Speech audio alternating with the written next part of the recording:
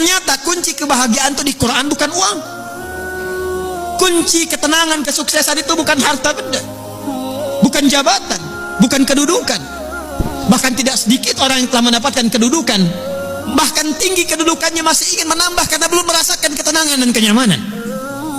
Bukankah Anda perhatikan orang-orang yang terjebak dalam korupsi itu, perbuatan-perbuatan mungkar itu? Bukankah kalau diperhatikan hartanya sudah melimpah, kedudukannya kadang-kadang sudah tinggi? Apa yang menyebabkan mereka bersikap demikian? Karena ada satu bagian dalam kehidupan yang belum dirasakan kenikmatannya. Kata Allah, kunci untuk meraihnya adalah takwa. Anda yang ingin mendapatkan tambahan pengetahuan yang sekarang tengah belajar, pelajarkah, mahasiswakah? Ternyata kuncinya bukan sekedar bakat kepintaran. Quran surah kedua Al-Baqarah di akhir ayat 282. Wattaqullaha wa yu'allimukumullah. Kamu tingkatkan takwamu kepada Allah, kata Allah, aku tambahkan dan ajarkan kepadamu tambahan pengetahuan. Kunci kebahagiaan ternyata bukan harta, bukan kedudukan. Quran surah kedua Al-Baqarah di akhir ayat 189. Wattaqullaha la'allakum tuflihun. Tingkatkan takwamu kepada Allah, kata Allah, aku tanamkan kebahagiaan di setiap etape kehidupanmu. Rumah tangga bahagia, pekerjaan bahagia, kehidupan sosial bahagia. Hadirin, bukankah yang punya harta adalah Allah? Bukankah yang punya ilmu adalah Allah? Bukankah yang punya kebahagiaan adalah Allah?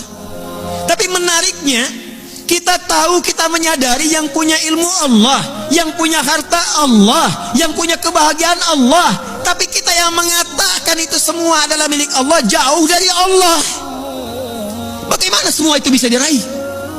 Bukankah hukum mengatakan orang yang dekat dengan seseorang yang punya kapasitas akan punya akses mendapatkan kemudahan dari kapasitas yang dia miliki? Orang yang dekat dengan pejabat dibuka akses dari jabatannya. Orang yang punya kedekatan dengan orang yang punya harta dibuka kelapangan untuk mendapatkan bagian dari hartanya. Hukum itu berlaku seseorang yang dekat dengan Allah, apa yang sulit bagi Allah untuk melimpahkan kepada hambanya.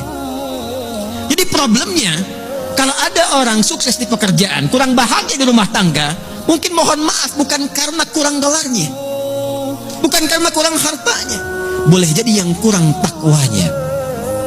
Kalau ada orang yang merasakan kurang mendapatkan kedudukan, bukan kurang tingginya, bukan kurang hebatnya, mungkin yang kurang takwanya.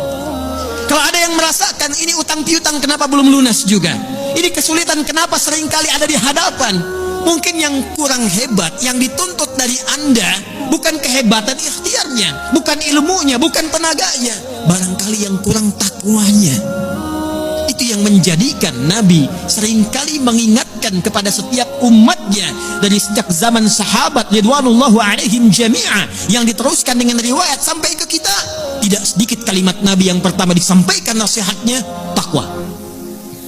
Al-Imam An-Nawawi rahimahullah saking pentingnya dengan takwa ini menyantumkan nomor hadis ke-18 dari Al-Arba'innya an Mu'adz bin Jabal wa Jundub bin Junadah radhiyallahu ta'ala anhuma anin Nabi sallallahu alaihi wasallam qala ittaqillaha haitsu ma kunta wa atbi' sayyi'atal hasanata tamhuha. Bahkan kata Nabi, kalau Anda ingin jadi orang baik, orang hebat, orang yang mudah didambakan di setiap keadaan, bertakwalah kepada Allah. Ketika takwanya meningkat, keburukannya Allah tutupi, kebaikannya nampak. Siapa yang tidak senang dengan orang baik? Kalau dia pejabat, dia akan menjadi pejabat yang baik. Kalau dia hartawan, dia akan menggunakan hartanya pada kebaikan. Kalau dia ilmuwan, dia akan kreasikan ilmunya pada kemaslahatan.